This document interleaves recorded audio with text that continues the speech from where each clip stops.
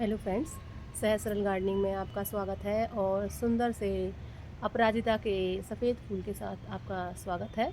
शाम का वक्त है और लगातार दिल्ली में 2-3 दिन से बारिश हो रही है, तो भरपूर मात्रा में पौधों को पानी मिला है और बारिश के बाद हमारा काम बहुत बढ़ जाता है, पर बीच बीच बारिश रुकने का नाम नहीं ले रही है। तो इस टाइम थोड़ी सी रुकी है, तो मैं ले आई हूँ अपने बहुत सारे पुराने पॉट जो कि मैंने खाली करके रख दिए थे, क्योंकि वैसे भी मैं गर्मियों में थोड़े से अपने पॉट कम कर देती हूँ, क्योंकि इतने सारे गमलों को पानी देना बहुत मुश्किल काम है और फिर इतने अच्छी तरह से, क्योंकि तेज़ धूप होती है तो गार्डनिंग अच्छी भी नहीं हो पाती है। तो फिर मैं इन अब जब बारिश शुरू होती है तो मैं अपने सारे जो मैंने अपने पॉट्स रखे होते हैं तो उन्हें मैं निकाल लेती हूँ, क्योंकि ये लंबे और चौड़े किस्म के हैं पॉट, तो ये इनको रखना भी आसान है, एक के ऊपर एक, ये अच्छी तरह से ज़्यादा जगह भी नहीं घेरते हैं। और इस बार तो हमारा ज़्यादा काम था घर का, तो इसलिए भी मैंने बहुत सारे पॉट्स अपने सारे ही खाली कर दिए थे और थोड़े से बचा कर अपने पड़ोस में रखे थे। और मेरे सारे ही पौधे सुरक्षित हैं और धीरे धीरे मैं उन्हें ला रही हूँ। और अभी भी काफ़ी सारे पौधे मेरे नीचे हैं और कुछ मैंने थोड़ा से अपने प्लांट्स टेरेस पर ले आई हूँ। और इस बार मैंने अपने काफ़ी सारे इंडोर प्लांट्स और काफ़ी अलग तरह के प्लांट्स भी मैंने नीचे ही रखे हैं, क्योंकि बारिश है और अच्छा मौसम चल रहा है तो वो अच्छे ग्रो हो रहे हैं, तो मैं उन्हें अभी छत पर नहीं लाई हूँ। कुछ जो परमानेंट प्लांट हैं जिन्हें धूप की ज़्यादा ज़रूरत है, तो उन्हें मैं लेकर आई हूँ। और अभी बहुत काम करना है मुझे अपने प्लांट्स पर। कुछ प्लांट्स तो बहुत ही बड़े हो गए हैं, देखिए ये कि है चंपा का पौधा, और ये बाहर से इसका गमला हमेशा ही टेढ़ा हो जाता है, तो इस पर भी मुझे काम करना है, मुझे इसकी कटिंग करनी है और गमला भी बदलना है इसका। तो अभी ये हवा से बेचारा तिरछा है, तो इसका भी अभी टाइम नहीं आया है, तो थोड़े दिनों में इस पर भी काम करूँगी, क्योंकि बारिश लगातार हो रही है तो ऐसा वक्त नहीं आ रहा है कि इन पर काम किया जाए, क्योंकि काफ़ी समय लगेगा इन पर काम करने में, क्योंकि बहुत ही बड़े पौधे होते हैं और उन्हें निकालना और सुरक्षित गमले को बचाना तो बहुत ही मुश्किल है, क्योंकि 4 साल से ये इसी में लगा हुआ है। तो देखते हैं कि ये बच पाएगा कि नहीं बच पाएगा, तो जब भी बारिश थोड़ी सी रुकेगी तो इस पर मुझे काम करना है। तो फ्रेंड्स, इस तरह से बहुत पुराना हो गया है आपका भी कोई पौधा और 4-5 साल से, तो इसकी तो सारी जड़ें ही ऊपर आई हुई हैं, तो गमले से निकालना इसको बहुत है मुश्किल। तो सोचूंगी पहले कट कर लूँ, क्योंकि यहाँ इस तरह से इसकी टहनियाँ आई हैं, तो काट कर फिर इसकी और भी बहुत सारे प्लांट्स बन सकते हैं। तो इस टाइम चंपा की कटिंग्स आप लगा सकते हैं। ये इस तरह की कटिंग्स लेकर आप, जो इनमें दूध के टाइप का सफ़ेद लिक्विड निकलता है, इसे थोड़े दिन 2-3 दिन इसे सूखने दें, फिर आप मिट्टी में ग्रो कर लें तो अच्छी तरह से ग्रो हो जाएगा। और सब तरह की कटिंग्स, हिबिस्कस, चांदनी और सभी तरह के इंडोर प्लांट्स और गुलदाउदी इत्यादि की भी आप कटिंग इस टाइम लगा सकते हैं। और मुझे करना है अब इन पॉट्स में मिट्टी भरनी है, और मैंने अपनी सारी मिट्टी रखी है इस तरह के पैकेट्स में। और फ्रेंड्स देखिए, इतनी बारिश के बावजूद भी मिट्टी काफ़ी ठीक ठाक हालत में है, सूखी हुई है, तो इनमें पानी अंदर नहीं गया है। तो मैंने सोचा है कि क्यों ना इनको थोड़ा सा मिट्टी इसमें डाल दी जाए, और फिर जब भी कोई मुझे प्लांट मिलेगा या मैं कोई बीज इसमें उगा दूँगी, अगर तैयार होंगे तो फटाफट लगा सकते हैं। और अभी मैंने कुछ इस तरह की बेकार बोतल भी पड़ी थी मेरे घर में, तो वो भी मैंने इस तरह से काटी हैं, तो काम तो बहुत है। और इस तरह से देखिए, ये पानी की बोतल हैं और इनको मैंने एक बोतल से 2 बना दिए हैं प्लांटर, और इस तरह से इसमें किया है होल। इसमें नीचे ड्रेनेज ज़रूर बनाएं। और इस तरह की वेस्ट जो मेरे पास इस तरह की रस्सियाँ थी मिली, तो मैंने इस तरह से इन्हें हैंगिंग बास्केट के रूप में तैयार किया है। और थोड़ी यहीं से मिट्टी भर लूँगी और फिर कहीं भी इसको लटकाया जा सकता है इस तरह से, क्योंकि अब डस्टबिन में कूड़े में डालने से अच्छा है कि इसको गार्डनिंग में इस्तेमाल किया जाए।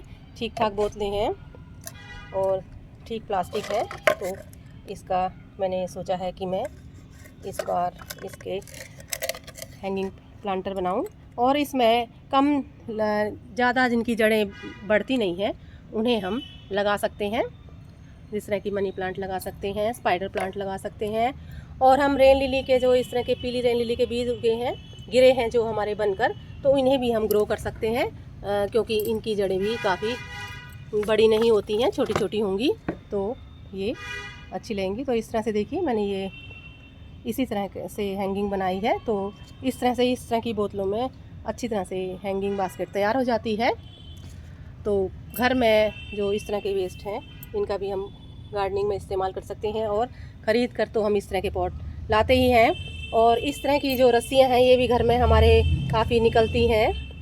आप इनको देखेंगे तो आपके घर में ज़रूर मिल जाएंगी। ये काफ़ी मजबूत होती हैं इस तरह की जो, और इस तरह की या इस तरह के जो टाइट बहुत मजबूत वाली होती हैं, इनको पतला करके आप थोड़ा सा काट के पतला बना के भी इस्तेमाल कर सकते हैं। और इस तरह से 2 छेद बनाकर इस तरह से गांठ लगा देंगे। अगर बाई चांस आपके से थोड़ा बड़ा होल हो भी गया है तो 2 गांठें भी लगा सकते हैं। मैंने तो ठीक बनाई है, तो एक ही गांठ से काम चल जाएगा, और ये सालों साल चलती हैं, बहुत मजबूत होती हैं। और जब कभी ये फिर गलने लगे तो आप नई बना सकते हैं। और इस तरह की जहाँ भी रस्सियाँ मिलें आप संभाल कर रखें, जब भी आप इस तरह का कोई प्लांटर बनाएं तो फटाफट इस्तेमाल कर सकते हैं। मैं तो इसी तरह से करती हूँ, आप भी करें इस तरह से छोटी छोटी बोतलों का इस्तेमाल। और कोई डिज़ाइन कलर बनाना चाहते हैं तो वो भी बना सकते हैं, और नीले रंग की तो ये है ही, तो आप अपनी क्रिएटिविटी भी दिखा सकते हैं। तो फ्रेंड्स, आज अब थोड़ी बारिश रुक गई है, देखिए सारी छत गीली है, तो अभी अभी रुकी है, तो सोचा कि क्यों ना कुछ जो मैं आजकल काम कर रही हूँ वही अपडेट दे दूँ। तो इस तरह से मैं कुछ पौधे लेकर आ गई हूँ, और अभी इन्हें जहाँ थोड़ा सा पानी रुकता है फिर मैं वहाँ पर नहीं रख रही हूँ। ये भी जांचना ज़रूरी है छत पर, ताकि पानी निकल जाए आसानी से, मेरे पौधों की वजह से कोई नुकसान ना हो मेरी टेरेस को। तो इस तरह से आप भी इस तरह के प्लांटर ला सकते हैं, जो भी आपको पसंद हो, आपके सुविधा के अनुकूल। जिस तरह की आपकी टेरेस गार्डनिंग करते हैं या बालकनी गार्डनिंग करते हैं, तो उसमें आप उसी के अनुसार प्लांटर ख़रीदें। और इस तरह की वेस्ट प्लास्टिक की चीज़ों का तो आप इस्तेमाल कर सकते हैं।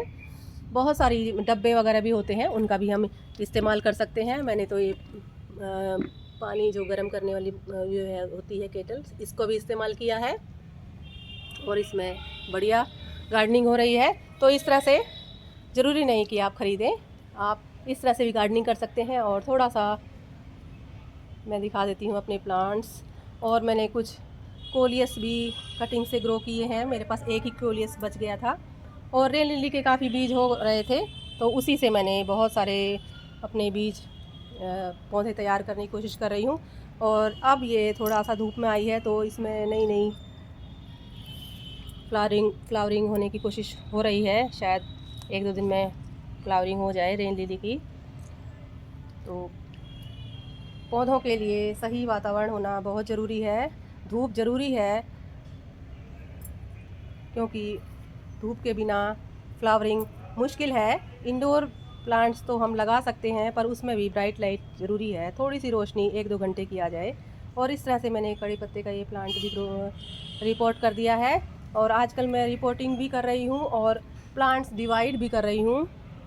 और देखिए हिबिस्कस का प्लांट कितना बड़ा हो गया है, क्योंकि ये प्लांट छाया में रहे तो इसलिए बहुत बड़े बड़े हो गए हैं।